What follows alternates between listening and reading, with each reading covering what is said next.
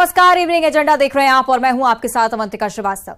जैसे जैसे चुनाव का समय नजदीक आता जा रहा है, नेताओं के सियासी हमले भी तेज होते जा रहे हैं। बीजेपी प्रदेश अध्यक्ष बीडी शर्मा ने कमलनाथ पर निशाना साधा है। कहा है कि वो हर महीने सीएम बनने का सपना देखते हैं। वहीं उन्होंने दिग्विजय सिंह पर भी हमला बोलते हुए कहा कि उनके रगों में अंग्रेजों का खून दौड़ रहा है।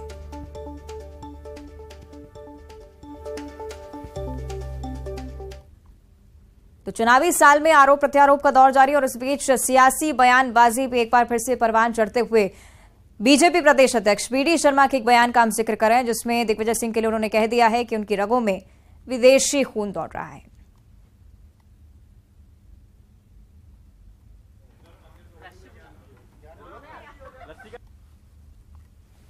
की गद्दी से जब कुर्सी खिंच जाती है तो दर्द तो होता ही है, और वो दर्द मिटता नहीं है। वो सपना कमलनाथ जी हमेशा देखते रहते हैं। जब सरकार मध्य प्रदेश के अंदर गिर गई थी और गिरने के बाद वो हर महीने मुख्यमंत्री बनते हैं। मैं अब मुख्यमंत्री बनने वाला हूं। जब 28 विधानसभाओं के उपचुनाव थे तो मैं मुख्यमंत्री, जनता ने आईना दिखा दिया, जवाब दे दिया। फिर चुनाव हुए, फिर मैं मुख्यमंत्री, फिर जनता ने जवाब दे दिया। और अभी भी उन्हें ये सपना हमेशा आता रहता है। दौरे पर गई थी तब भी उन्होंने कहा था कि भारत के बारे में मेरा देश है, मैं विपक्ष में हूं, लेकिन मैं इस भाषा का जो लोग चाहते हैं वो नहीं बोल सकते। आपके नेता ने जाकर के भारत को बदनाम करने के लिए, भारत के नेतृत्व पर प्रहार करने के लिए आप जाकर सही। शैलेंद्र भदौरिया हमारे साथ फोन लाइन पर जुड़ रहे हैं। शैलेंद्र, चुनावी साल है इसलिए सियासी बयानबाजी का दौर भी चल उठा। एक बार फिर से बीजेपी प्रदेश अध्यक्ष बीडी शर्मा ने निशाना साधा है कमलनाथ पर। क्या कुछ सियासी मायने इसके? देखिए, बिल्कुल जिस तरीके से मध्य प्रदेश बीजेपी के प्रदेश जो प्रभारी मुरलीधर राव है, सीएम हाउस में आयोजित एक कार्यक्रम के दौरान उन्होंने दिग्विजय सिंह को पाकिस्तान का दोस्त करार दिया था और उसी को लेकर ये पूरा मामला शुरू हुआ। उसके बाद खुद दिग्विजय सिंह का भी ट्वीट आया। उन्होंने मुरलीधर राव पर मानहानि का केस दर्ज करने की बात कही और जब पीसीसी चीफ कमलनाथ मीडिया के सामने आए तो उन्होंने भी दिग्विजय सिंह को यह सलाह दी कि इस पूरे मामले को लेकर दिग्विजय सिंह को उनके खिलाफ मानहानि का केस करना चाहिए। जब इन सारे सवालों को लेकर प्रदेश अध्यक्ष बीजेपी से बीडी शर्मा से जब बात की गई तो उन्होंने कहा कि किस तरीके से कांग्रेस के जो बड़े नेता हैं यानी राहुल गांधी किस तरीके से विदेशों में जाकर भारत की नीति और भारत की सरकार पर सवाल खड़े करते हैं, वहां वो रोते हैं। उतना ही नहीं, उन्होंने ये भी कहा कि कमलनाथ जो है वो हर रोज सपने देखते हैं और हर बार ये कहते हैं कि अब उनकी सरकार आने वाली है, लेकिन जनता उपचुनाव जो हुए उसमें उनको आईना दिखा देती है। इतना ही नहीं, उन्होंने दिग्विजय सिंह पर तीखा प्रहार करते हुए कहा, उन्होंने कहा कि बटाला हाउस के जो आतंकी हैं उनके घर वो मिलने जाते हैं, सर्जिकल स्ट्राइक पर वो सवाल खड़े करते हैं।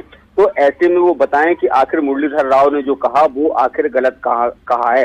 उन्होंने कहा कि इन सब बयानों को देखकर ऐसा लगता है कि दिग्विजय सिंह की रगों में अंग्रेजों का खून दौड़ता है।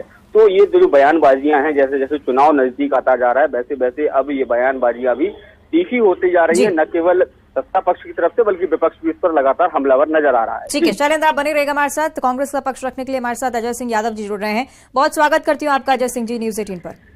जी नमस्कार। बीडी शर्मा जी की तरफ से कहा जा रहा है कमलनाथ मुख्यमंत्री बनने का सपना देखते रहते हैं और दूसरी तरफ दिग्विजय सिंह है जिनके रगों में अंग्रेजों का खून दौड़ रहा है। जवाब देखिए, जिस तरह से भारतीय जनता पार्टी के प्रभारी ने जिस तरह की बात कही कि उग्रवादियों और पाकिस्तान से दिग्विजय सिंह जी के संबंध बताए, उसी सिलसिले को आगे बढ़ाते हुए बीडी शर्मा जी उसी निम्न स्तरीय राजनीति को आगे बढ़ा रहे हैं कि अंग्रेजों के रगों में खून दौड़ता है। ये निम्न स्तरीय राजनीति है।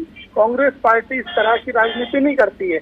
असल मुद्दा यह है कि भारतीय जनता पार्टी के नेता मुख्य मुद्दों से ध्यान भटकाने के लिए इस तरह की बातें कर रहे हैं ताकि जनता, महंगाई, बेरोजगारी, प्रदेश में बढ़ते हुए अपराध और जिस तरह की घटनाएं हो रही हैं उन पे इनसे हिसाब न मांग सके। भारतीय जनता पार्टी के नेता अनर्गल राजनीति कर रहे हैं और जिस तरह की भगदड़ भाजपा में मची हुई है, 2 दिन पहले पूर्व सांसद माखन राजपूत जी आए, उसके पहले यादवेंद्र सिंह अशोकनगर के जो बड़े नेता हैं वो कांग्रेस में आए और कमलनाथ जी के संपर्क में बड़े पैमाने पे कांग्रेस भाजपा के बड़े बड़े नेता संपर्क में हैं जो कांग्रेस में आना चाहते हैं। इसलिए भारतीय जनता पार्टी घबरा गई है, बौखला गई है।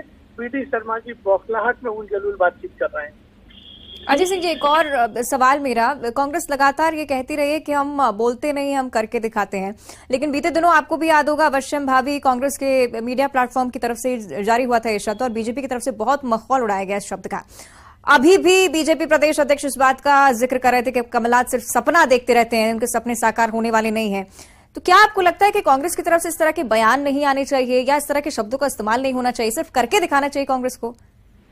देखिए, भारतीय जनता पार्टी और भाजपा में मूल अंतर है। भारतीय जनता पार्टी केवल इवेंट और प्रोपोगेंडा की पार्टी है। 2018 के पहले भी इसी तरह की बातें करते थे। प्रदेश में सरकार कांग्रेस की बनी, कमलनाथ जी मुख्यमंत्री बने, फिर आपने जोड़ तोड़ करके सरकार बना ली। नगरीय निकायों में भी 7 नगर निगम भारतीय जनता पार्टी हार गई, उसके बाद भी भाजपा के नेता मानने को तैयार नहीं है। तो ये केवल और केवल झूठ भ्रम फैलाते हैं। कमलनाथ जी को प्रदेश की जनता भावी मुख्यमंत्री मानती है। कांग्रेस कार्यकर्ताओं की अकेले की बात नहीं है, जनता चाहती है कमलनाथ जी को 5 साल के लिए मौका मिले ताकि प्रदेश के हालात बदलें और भारतीय जनता पार्टी ने जिस तरह की अव्यवस्था फैलाई है उससे मुक्ति मिले। ये कांग्रेस के कार्यकर्ताओं की बात नहीं है, पूरी तरह प्रदेश की 8 करोड़ जनता की भावनाएं हैं। ठीक है, बीजेपी की तरफ से भी जवाब ले लेते हैं। हमारे साथ आशीष अग्रवाल जी बीजेपी की तरफ से जुड़ रहे हैं। आशीष जी, बहुत स्वागत करती हूँ आपका न्यूज 18 पर। बताइए। नमस्कार। अजय सिंह जी ये कह रहे हैं लगातार कि जितने भी बयान सामने आते हैं बीजेपी की तरफ से वो सिर्फ एक तरीका होते हैं कि मूल मुद्दों से जनता का ध्यान भटका सके। जवाब? देखिए, जो लोग जनता को विवेकशील विचारवान नहीं मानते वो इस तरह की गलतियां करते हैं। और कांग्रेस ने जब इमरजेंसी लगाई थी तब भी यही सोचा था और यही आज भी कांग्रेस के नेता सोचते हैं कि जनता में बुद्धि नहीं है। जनता काम देखती है, जनता योजनाओं का इम्प्लीमेंटेशन देखती है, क्रियान्वयन देखती है और जनता नीति और नियत सब देखती है, नेता भी देखती है। इसीलिए कांग्रेस आज 400 से 40 के सफर पे है और भारतीय जनता पार्टी जो 1980 में बनी वो 2 सीटों से आज पूरे देश में राज्य कर रही है। जहां तक विषय है कि कांग्रेसियों की रग में अंग्रेजों का खून है या नहीं, तो देखिए ये तो जो इनके बयान है, जो आचरण है, जो व्यवहार है, उससे स्पष्ट समझ में आता है। ऐसा क्यों है कि कांग्रेसी नेता जब बोलते हैं तो पाकिस्तान में तालियां पिटती हैं? ऐसा क्यों है कि चीन के कैंपों में एक बड़ी आशा का भाव जागता है जब कांग्रेसी आगे बढ़ते हुए दिखते हैं? क्योंकि इनका एमओयू है। तो ये सारे काम जो देश को कमजोर करने वाले थे, जो देश की सनातन संस्कृति पे प्रहार करते थे, ये सब तो अंग्रेज करते थे। तो ऐसा क्यों नहीं माना जाए कि इनकी रगों में अभी भी अंग्रेजों का खून दौड़ रहा है? और ऐसा क्यों है कि इस देश को जब सेना सर्जिकल स्ट्राइक करती है तो उनको सबूत चाहिए होता है और ओसामा को जी लगाएंगे, हाफिज सईद को साहब लगाएंगे, मसूद अजहर को जी लगाएंगे। तो ये सब जो आचरण और व्यवहार है ये इस देश की जनता भी जानती है, जिस कारण इस देश के राजनीतिक रसातल पर कांग्रेस को पहुंचा दिया है। अभी भी ये जनता को विचारवान नहीं समझे, विवेकवान नहीं समझे तो ठीक बात है, मेरी शुभकामनाएं। ठीक है अजय जी, जवाब? देखिए, भारतीय जनता पार्टी के नेताओं के झूठ बोलने से तथ्य नहीं बदलेगा। 20 सालों में अगर देश का कोई प्रधानमंत्री पाकिस्तान गया तो नरेंद्र मोदी बिरयानी खाने गए पाकिस्तान।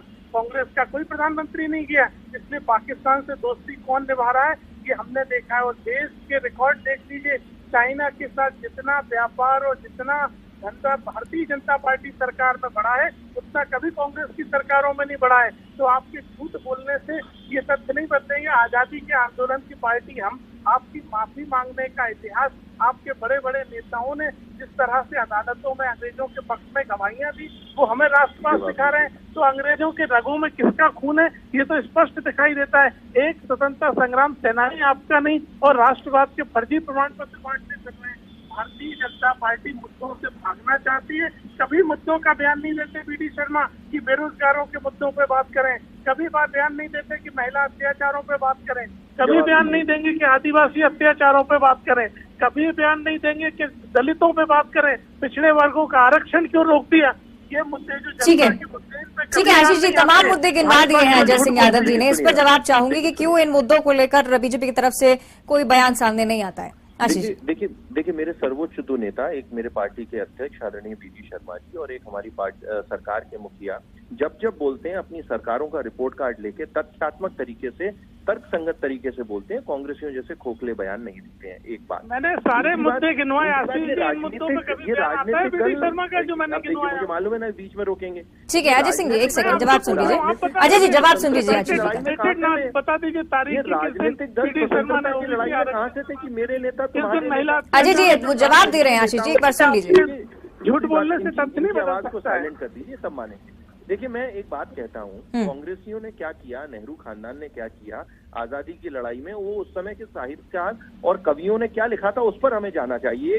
कवि थे अकबर इलाहाबादी। अरे नेहरू जी 11 साल देश की आजादी के लिए जेल में रहे कि नहीं? चलिए ठीक है, जनता देख रही है किस तरह की बयानबाजी सामने आती है और अब देखना होगा इसका निष्कर्ष क्या होता है। फिलहाल शुक्रिया आप दोनों का हमारे साथ जुड़ने के लिए। आशीष जी बहुत धन्यवाद, अजय जी आपका भी बहुत बहुत शुक्रिया, शैलेंद्र आपका भी बहुत धन्यवाद जानकारी साझा करने के लिए। आगे बढ़ते